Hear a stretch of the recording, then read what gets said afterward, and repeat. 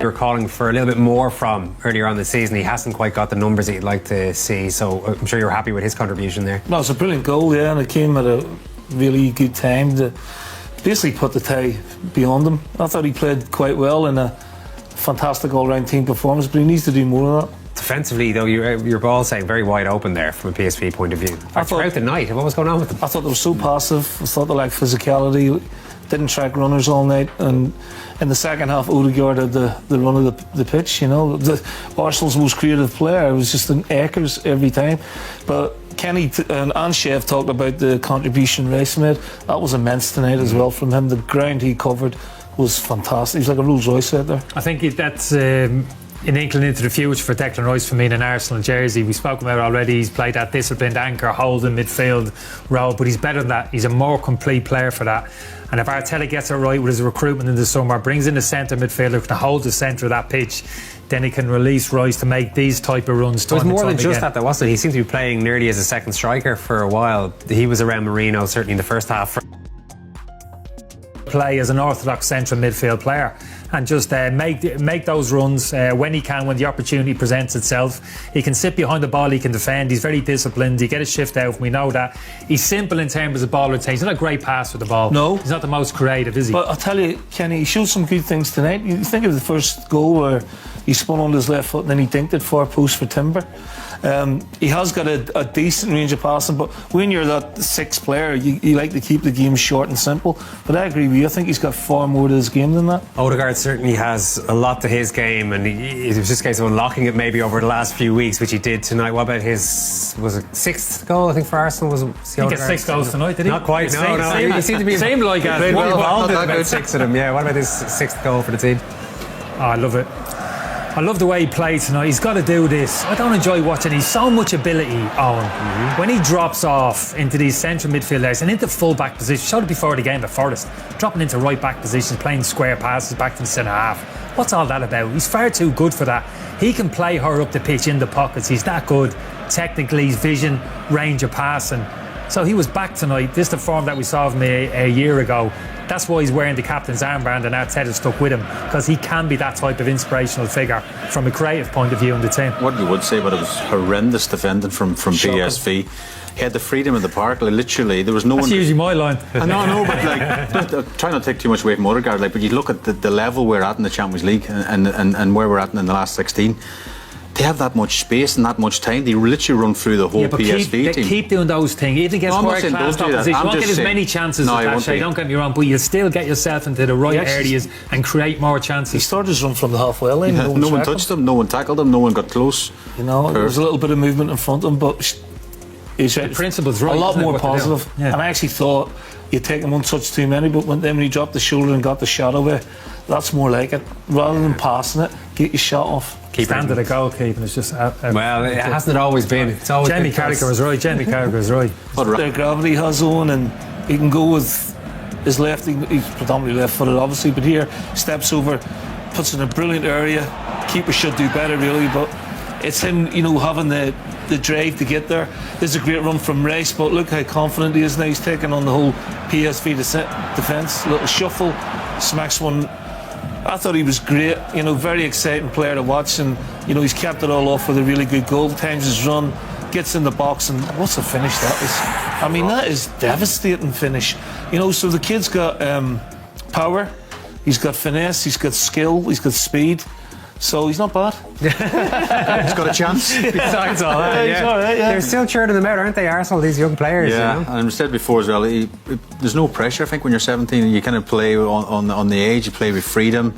You don't think of the bigger picture, you don't think of lack of goals recently, but that finish, as Lenny rightly says, lots of right wingers or whatever, right side forward players stay out in the right wing. He's actually playing as a number 9 there where he comes in, and again, it's an absolute rocket of a finish. I think he's the big part of the opinion there suggests Saka comes back in, he's got to step out, but I think he's delivering performances now where I think he has to stay in the team, he has to find a place for him. But it wouldn't be in place of Saka, It wouldn't be in place of Saka, of course not, but I think for me there's an argument for saying he plays on the opposite side ahead of Trossard.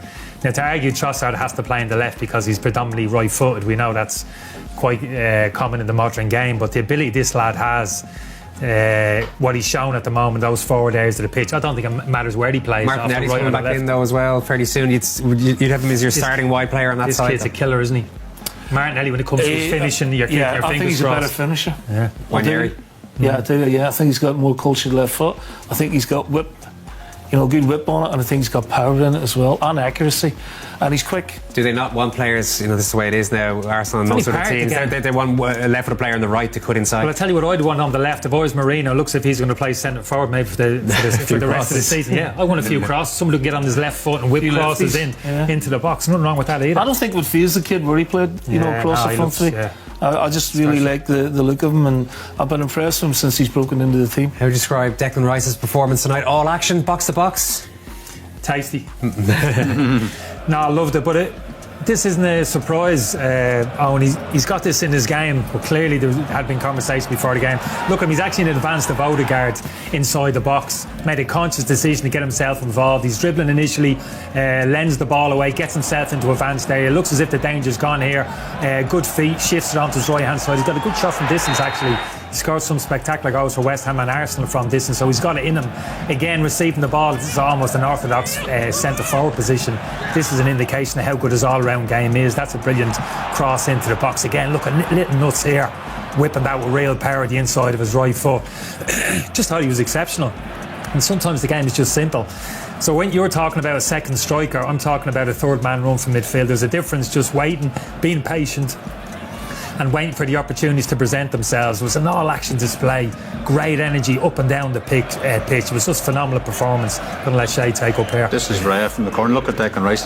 He started inside the box zone, and this is when you're 6 or 7-1 up. It's just crazy. I said before, I can't believe where the energy comes from. And again, he could have actually just sat there at the back and not gone for that. One's a corner again. He was just phenomenal today. What I would say from his position on the pitch, it was kind of like, again, going back to repeating myself, but because it was PSV, it felt like Party's in the number 6 role. We don't need you next holding hands, we've seen a lot of the time, and sitting disciplined in that position. We want you to be really offensive. You always hear about showing the opposition respect, but actually sometimes you have to show them a little bit of disrespect. I think it was lack of respect. Or trying to go open, and we're forget about them for now. Yeah. Party is good enough to sort of hold the fort at the back, and obviously with Gabriel and the likes behind him and Raya. But I just think he was really played more. I know I understand Kenny third man runs. I get that as well. But there was times he was playing out and out next to Mourinho. You've got to tap into that. If you're a manager, you can see a player with that kind of ability, because it's not just about him arriving and getting the ball to his feet. He releases straight space for the people. He draws players to him. Someone's got to mark him when he makes those runs. That releases space for other players, whether it's Mourinho or Odegaard or those wingers around him. So there's there's a lot of advantages to it. You can't put the handcuffs back on him. You know what I mean? Next week and going forward. No, it was interesting in his interview after the game. He mentioned the word enthusiasm. And that's been missing from Arsenal. Bit of life, bit of desire, and it was all manifested tonight in all the players' performances, but especially the top men, if you want to call them that. But I think as well, I mentioned already, the freedom of having no FA Cup game at the weekend. There's a freshness to the whole team. Like there's a spark. They want to get on the pitch and play. Can they win this competition? Do any of you think they're possible Champions League winners? Listen, you've given us a get out. While you're in it, you can win it.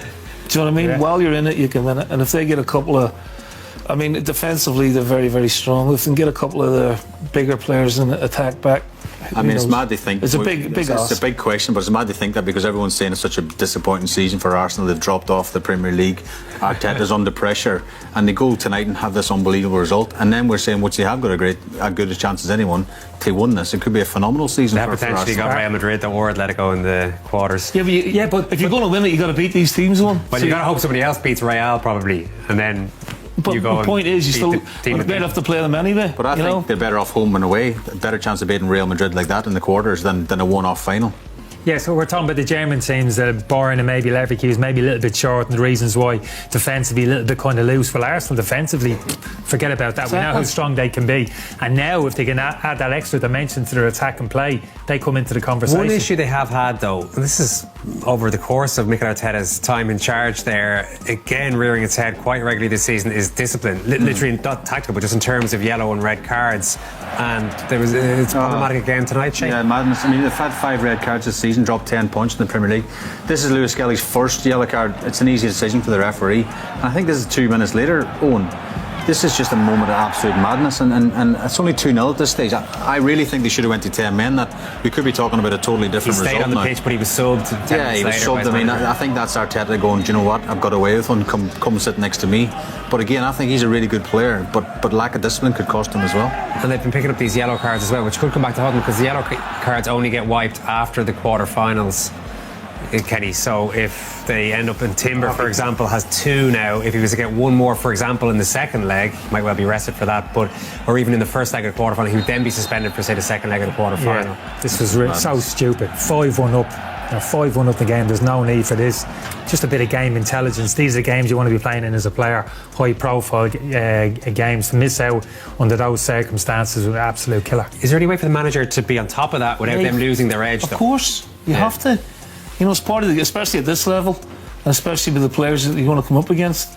You know, they've got all the dark arts. They know how to get you hooked. They know how to win tackles. They know how to win fouls. So, yeah, all those instances there could have been avoided. And that's the thing that gets to me. How Lewis Skelly stayed on the pitch is beyond me, really.